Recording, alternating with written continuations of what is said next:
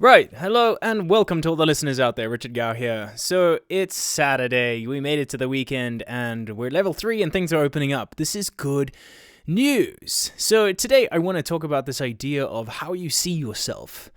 Self-image is something that is so powerful and something that we overlook. It's something that we obsess over, but we overlook the power of it. Actually harnessing the power of having that conversation with yourself about what you're good at and what you can celebrate about yourself. Most of us concentrate on the negatives, right? I know that I've been doing this for so much of my life. So much of my life has actually been spent obsessing over other people's opinions. And I know we've spoken about opinions before, but actually digesting them and letting them live within your soul is a huge problem. It's something that all of us become accustomed to. We hold on to opinions and words that come from our family and our friends, and we let them define us in, many aspects of our lives, which hinders our growth. It hinders our process. It hinders us as human beings, as expressive humans that have so much to share with this world.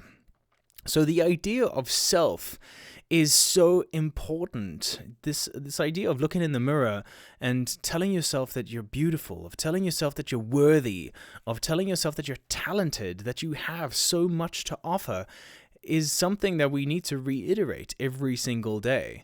Because I don't know about you guys, but I've spent most of my life learning from the negatives, learning from the nonsense that people speak, how they project their own insecurities, and then we adopt them as our own. I know I have for so much of my life. I've got so many insecurities around my voice, around my singing voice, because it's based on other people's opinions and other people's tastes and other people's likes, that I don't really feel that comfortable sharing that with lots of people, because I guess I've trained myself into thinking that, the negatives are going to come, and when the positives do come, we kind of just wash them over, right?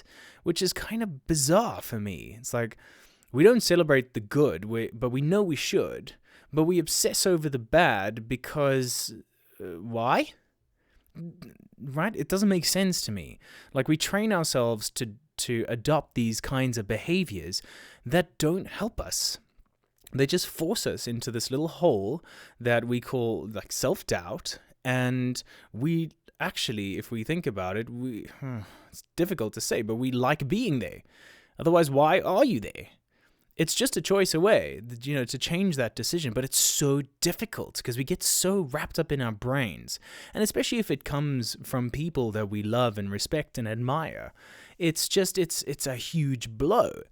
So just as all human beings need repetition to learn and to create new habits, that's something that I feel I would definitely benefit from if I do look in the mirror and say, you know what, you're good. You're good at many, many things. Yes, there's so many things that you can still learn and you can still improve on.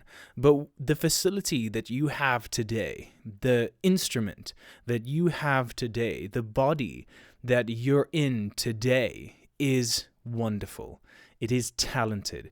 It is beautiful. It is abundant.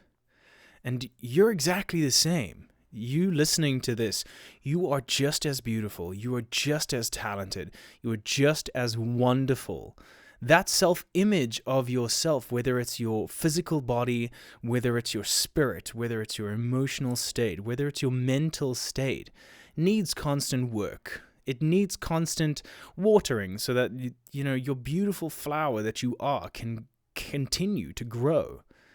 So today, as we're gearing up for this weekend and everyone can, finally drink in South Africa again, I feel like that's something that South Africans have missed a lot is a good drink. Have yourself that drink, but instead of investing in the negatives that you're trying to drown your sorrows, try and celebrate all the things that you love about yourself. That idea of gratitude goes a really long way. Rather paint the picture that you would want to see, rather than have someone else paint your picture for you. You know what I mean? You are a beautiful canvas, and your life is a beautiful picture waiting to be painted. it would just seem like, counterproductive to give the paintbrushes to someone else, to give the paint to another someone else and say, well, make me a masterpiece.